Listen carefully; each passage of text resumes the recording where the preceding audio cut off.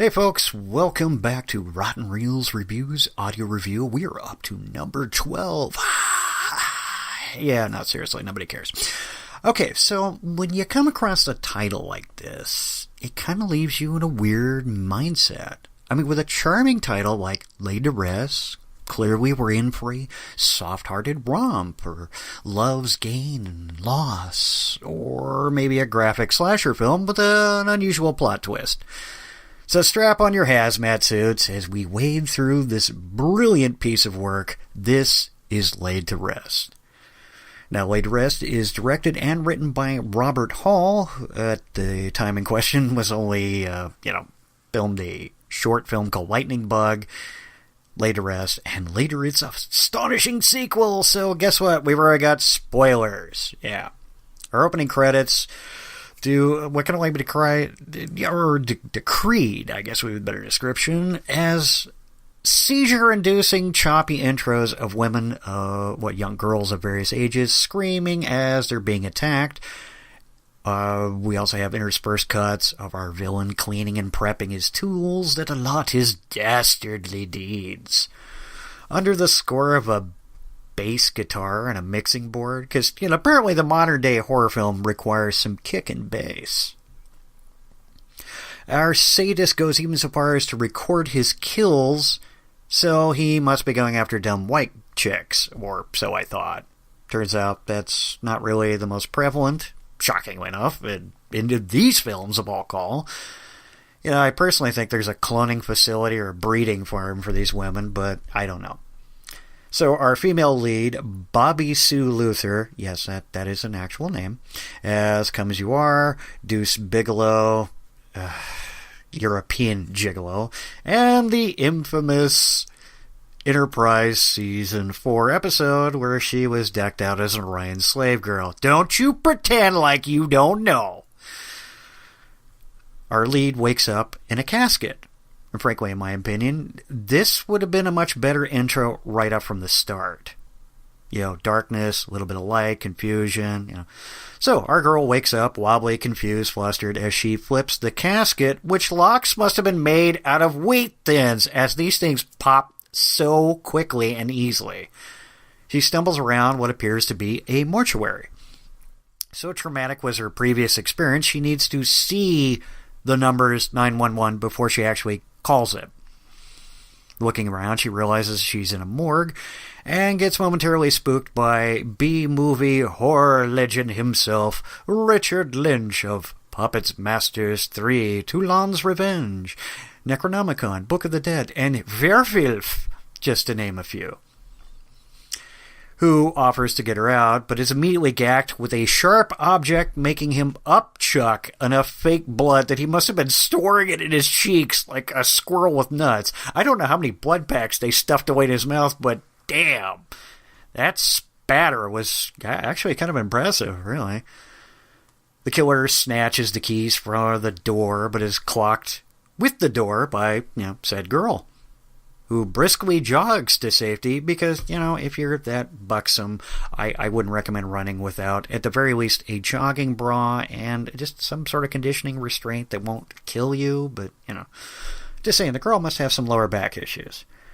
When upon meeting on a disused road, sadly, there were only so many. Yeah, I'm not going to go into that. She encounters Tucker, who is played by Kevin Gage of Heat, Strangeland, Blow. He's been in a few flicks. Who pulls his truck over and offers her a lift because most gentlemen will go out of their way for a buxom blonde. Yeah, true story. After conveying her story to Tucker, he takes her home to the wife, Cindy, played by Leanna Headley of Terminator, the Sarah Connor Chronicles, 300, and last I recall, Game of Thrones. To see if they can make any sense of the girl. The girl claims to have no memory other than waking in said box, being around dead folk, and kind of waffling through her lines with some fairly well-practiced verse, I guess. My walking stick was less wooden in her acting. After conversing with the girl, the two tell her she can stay the night, get a shower, sleep. They'll get the sheriff in the morning with the help of Cindy's brother, Johnny. For some reason, these guys don't have a phone in their little podunk farmhouse, which that always puts me at ease with strangers too. So, yes, we get a little in-depth shower scene, and sorry, fellas, not an exorbitant amount of nudity. We get to find out the girl has a rather substantial injury to the back of the head. Cindy comes in to the bathroom, finding the girl in the fetal position, just scared out of her mind. The two just settle her in for the night. Tucker hears the girl with jitters and whatnot, helps her clean her head wound, and they try to figure out a name for her in the meantime. A doll comes to mind, apparently a princess gemstone, so princess it is. And I'm sitting there going, well, thank God you didn't remember your Cabbage Patch doll or your troll doll. No sooner does he go looking about and whatnot, head back to his bedroom, he finds the door is jammed and wife is missing. Both Princess and Tucker start run outside to find Cindy with said killer wearing a chrome-plated skull mask, hinting and demanding Princess for the exchange of Cindy. So I'm guessing Tucker took too long to make his case as Chrome Skull. Yeah, I know, I feel my IQ just lessening just saying that name out loud.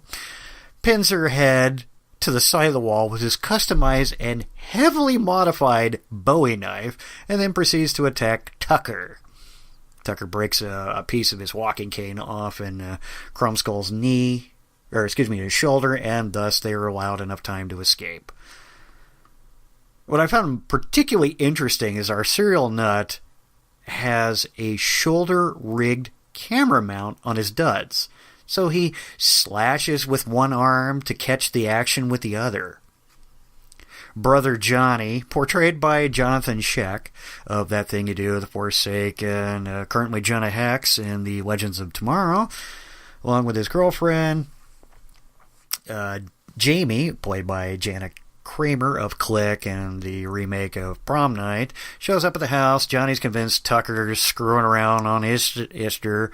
Both of them spot a car that is neither Cindy nor Tucker's, and he's convinced that clearly I should leave the girlfriend unprotected to go investigate. Jinkies, does anyone else smell another impending murder? Heading back to Jamie, Johnny has a little heart-to-heart with her, and then he gets a blade driven to his face, and his face gets sliced off. Now, this is either the most astonishing vorpal edge you could ever put on a blade, or this guy has the most terrifying build, gumption, and no qualms about gore. All I know is, sadly, I was wearing this with headphones, and little Jana Kramer there, playing Jamie, blew my frickin' eardrums, doing her best impression of Jamie Lee Curtis. And an attempt to flee him, only to get her stomach split open, intestinal tract spilling about, and God only knows how much Caro and food dye was used for this. Yeah. I think the funniest aspect is they're barely, Tucker and Princess are barely like a mile, maybe two down the road as they went to neighbor Steve's house.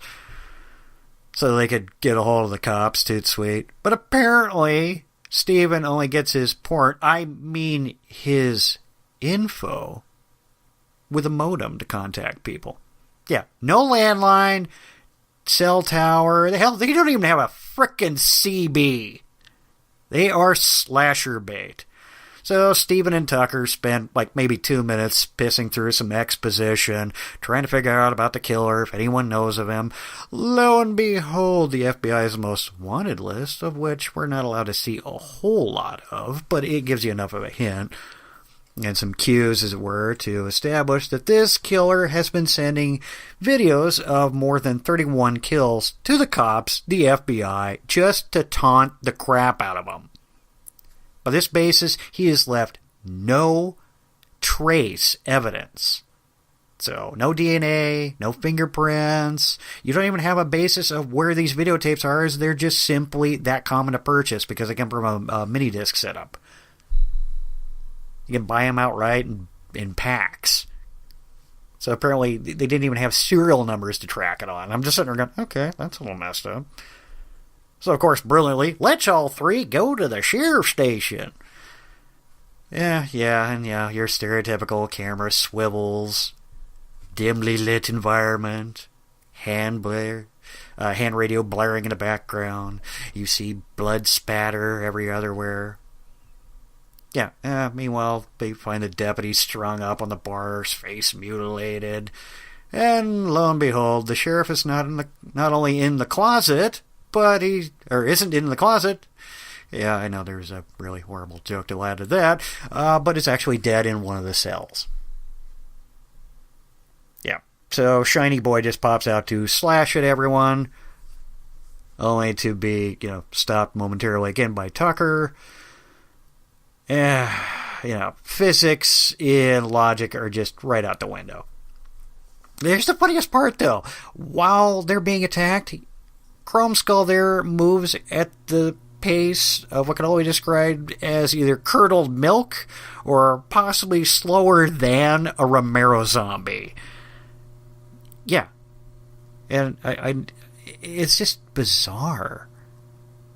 As they continue on, they actually end up heading back to the funeral home, only to find Chrome Skull has been leaving a trail, I guess, as he seems to be collecting bodies.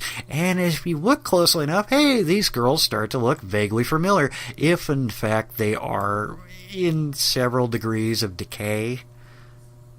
Yeah. So there's a lot to be taken in. I mean, they're probably contemplating ways to better subdue him. I gotta be honest, I checked out after about a half hour.